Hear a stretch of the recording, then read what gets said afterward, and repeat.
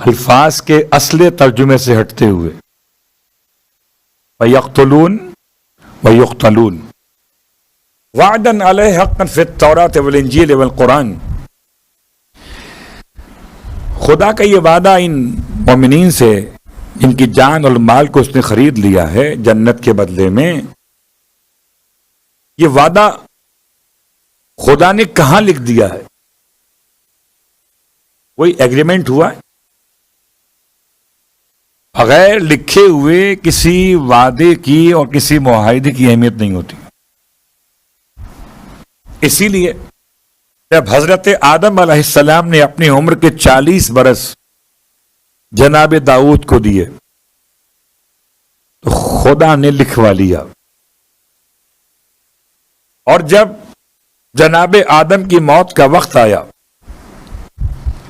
تو آپ نے ملک الموت سے سوال کیا کہ ابھی 40 سال باقی ہیں، ابھی کیوں آ گئے؟ تو وہ لکھی ہوئی تحریر کام آ گئی۔ اس کا مطلب یہ ہرگز نہیں ہے کہ خدا 40 سال دینے میں بخل کرتا تھا۔ جو خدا 2000 سال تک حضرت آدم کو وہاں رکھے، اس کے لیے 40 سال کی کیا حیثیت تھی؟ بتانا مقصد یہ تھا کہ اے آدمیو، تمہارے بابا بھی شاید بھول رہے تھے تو تم کہیں نہ بھول جانا، اس لیے اپنے معاہدے کو لکھ لیا کرو۔ یا جملہ سن لیجئے، یہ تو بات تھی آدم کی، اور آدم کے مقابلے پہ شیطان، تو موسیٰ کے مقابلے فرعون ہے، اور فرعون سے بھی لکھوایا گیا، اور لکھوا کے فرعون کی مہر اور دستخط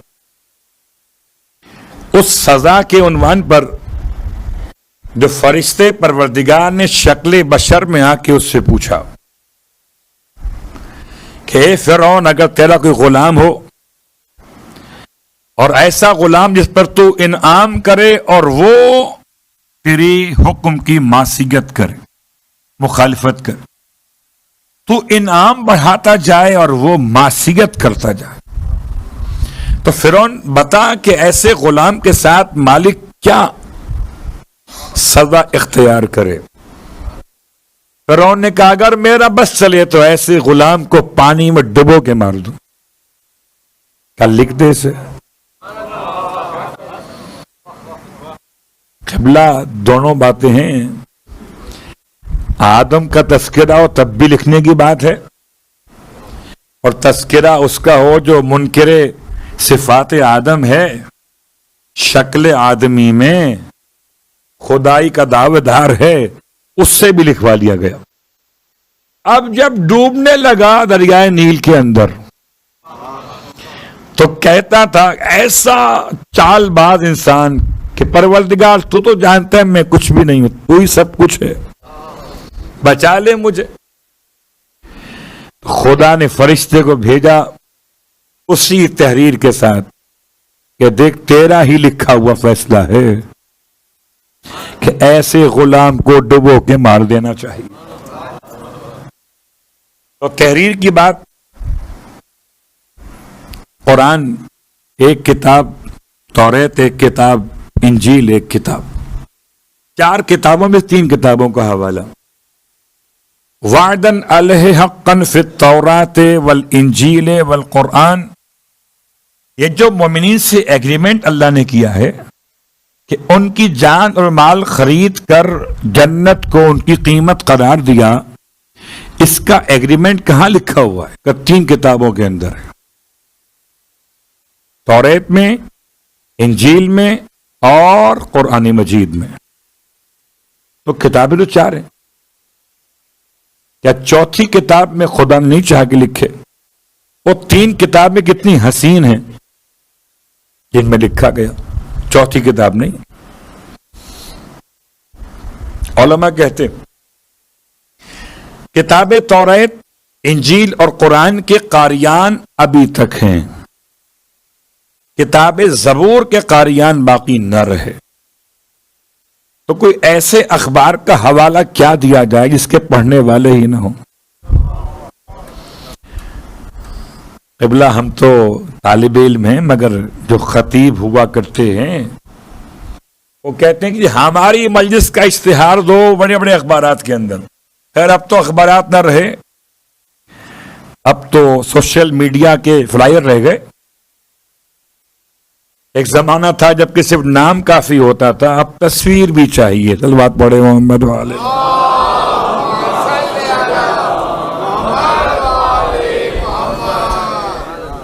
میں کیا بیان کروں؟ مجھ سے پوچھ گئے کہ صاحب آپ کی تصویر کہاں پر ہے؟ میں نے کہا میرا نام لوگ جانتے ہیں، تصویر کی ضرورت نہیں ہے. لیکن نہیں مانتے لوگ، آپ دیتے اٹھا کے.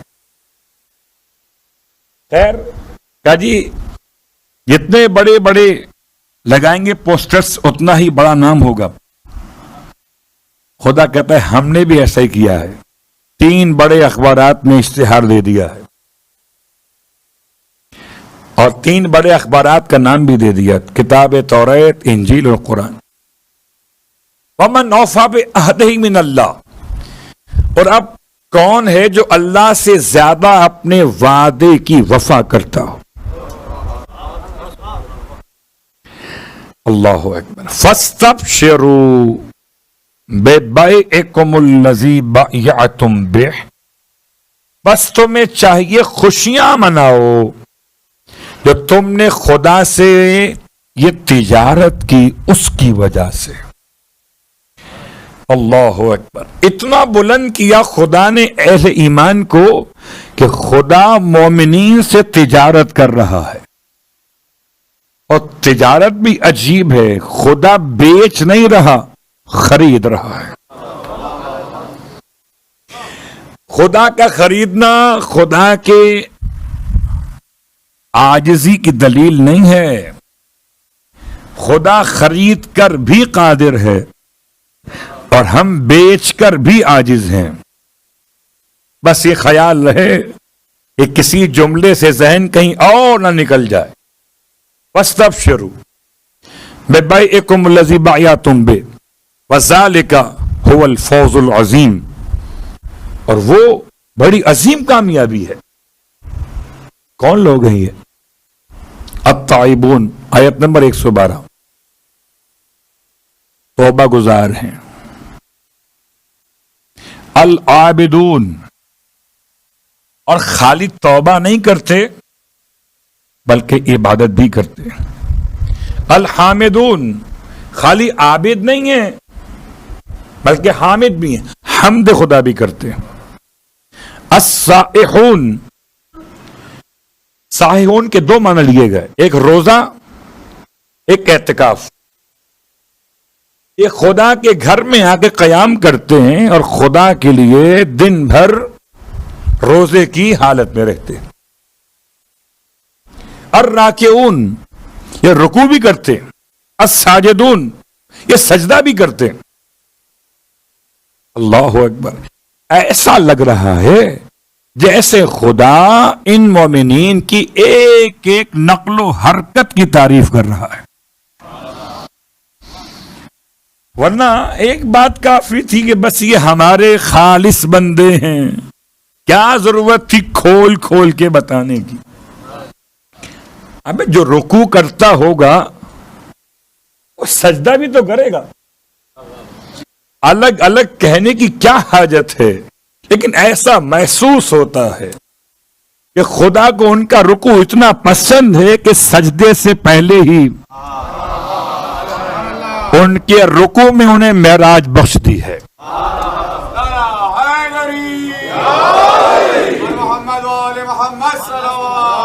اللہم صلی علی محمد.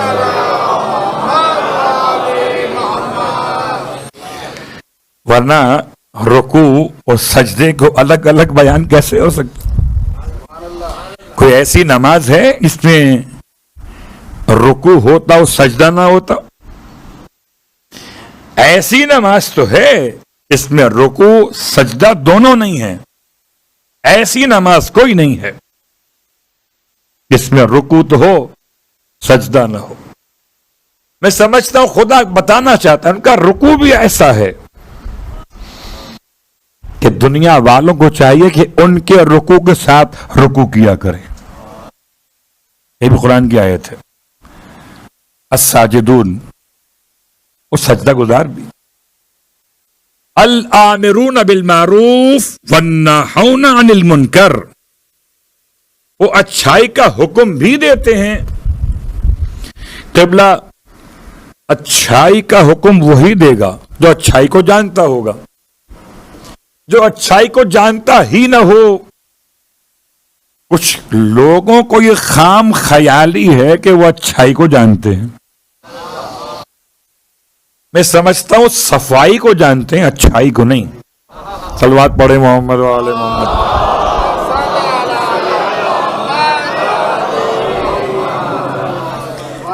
اچھائی اور ہے، صفائی اور ہے. النظافت من الایمان، نظافت ایمان کا حصہ ہے. یا صفائی آدھا ایمان ہے. عجیب بات ہے، آدھا ایمان لے کے سمجھتے ہیں کہ معروف کی باتیں بیان کر سکیں گے. ارے آدھا ایمان ان کو نصیب ہوتا ہے جنہیں کل ایمان کی محبت نصیب ہو جائے. الآمرون بالمعروف.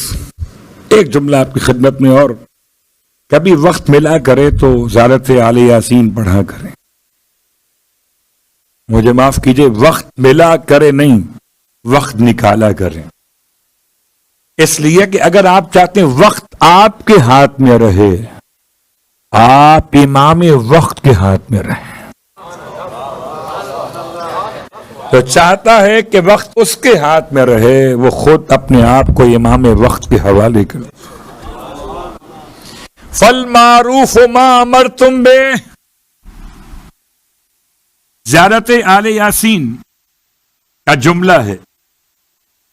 بس معروف وہ ہے جس کا آپ حکم کر دیں، جس بات کو آپ کہہ دیں کرو معروف ہے.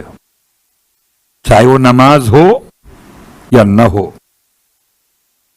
روزہ ہو یا نہ ہو، وہ زکوٰۃ ہو یا نہ ہو. بہت غور کیجئے گا.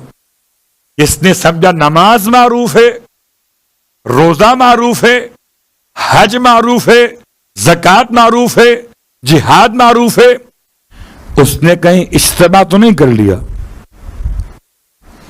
اس لیے کہ اصلاً معروف نماز نہیں ہے، روزہ نہیں ہے، حج نہیں ہے، زکوٰۃ نہیں ہے، جہاد نہیں ہے.